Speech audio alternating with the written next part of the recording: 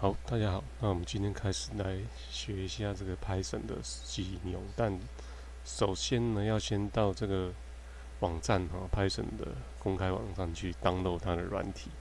那我们开始找一下。那这边呢很简单，它可以一点下去就是一个 Python 3.8.3的版本按下去就开始下载。一般大家比较常用的就是 Windows 嘛。OK，那接下来就是按一下，按一下，它就会问你要啊。那因为我之前已经安装了，所以我们可以，你如果是没有安装过的，那应该就是 install 在下一步。OK，那我们就假装安装好了。好，那接下来我们刚才已经安装好了，那准备来开始做一个亲子教学然后我们到开始这里，然后呢，你可以寻找嘛 P 开头的嘛 Python 嘛那这边有一个3.8，那就打开这里，然后这里 idle 主要的它的程式的这个你打扣的部分是在这里打。OK， 那现在我把它放到最大。那使用这个软体当然我们不只可以用这个软体来编程，但是通常对初学者来讲的话，我们就可以直接使用它这个软体来做编程就可以了。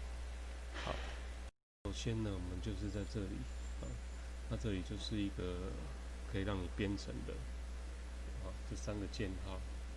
那最基本的，我们从一个最基本的方式开始然后譬如说我们打 print嘛假设我们要列印一段话，那它的格式就是 print， 这相信很多程式都是由这边开始，然后一个括号，然后基本上有2个上引号，那我们可以随便打个 hello， 对不对 ？hello， 然后 p h y t h o n 嘛 ，Python， 然后呢再打一个上引号括号，然后直接回车按 Enter， 就会把我们刚才打的显示在这里，对不对？不过这个部分呢，我们可以再尝试用复制的方式，我们可以打另外一个 Hello C 加再按一次，它又变成另外一种。那因为这就是很基本的头一个招式，所以大家可能要记住一下这个语法，就是 print 括号2个冒号，然后中间就打文字。好，那接下来，因为这个程式呢有一个缺陷就是它一次就是只能输入一行的程式，然后显示出结果。虽然简单，但是这个可能不太适合说你做一个逻辑性的编程。所以呢，我们还有另外一种方法。那所以另外一个方法就是我们可以在这个 file 这里，你就点击，然后你开启一个新的 file， 然后直接在这边打程式嘛，直接在那边打程式。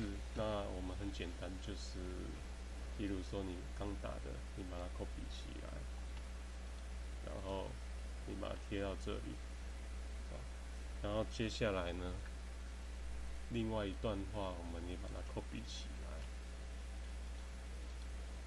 贴到这里。没有 copy 到，好，那我们直接打，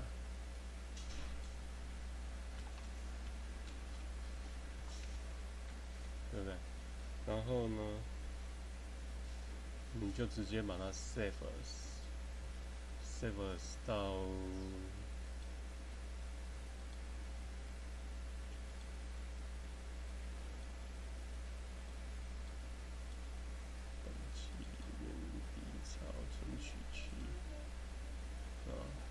成练习啊。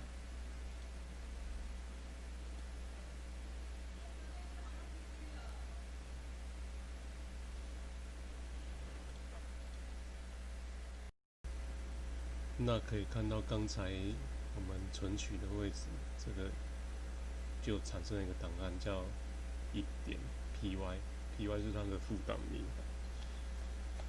好，然后再来的话就是，如果你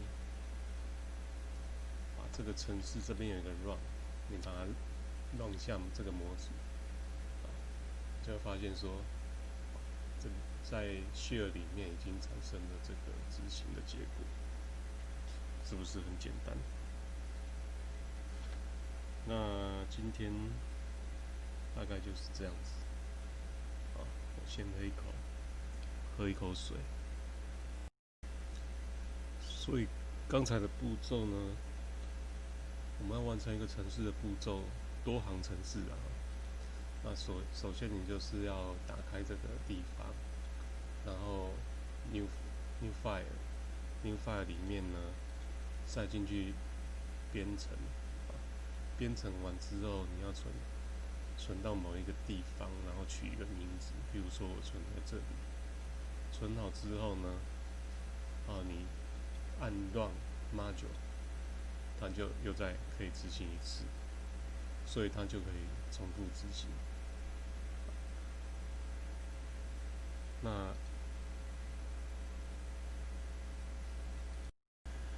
好，那接下来呢，我们另外一个方式就是假设说我想要打一个唐诗300首，印在 Python 的程式里面，我们可以应用刚才的方式做一个练习啦。因为小学生应该要背很多唐诗嘛，结合唐诗跟这个应用的话，也算是一个学习。好，那就是把这个关起来，然后呢，你另外再开一个新的。好，那因为我之前已经有做了一个，所以呢，我把它打开。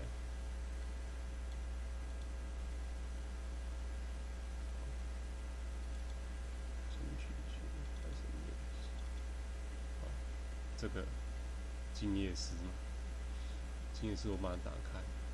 好，那之前呢，我们就是利用刚才的方式，用 print 的语法，括号2个冒号，然后按照这个静夜思基本上就是他的李白写的一首诗。床前明月光，疑是地上有糖霜。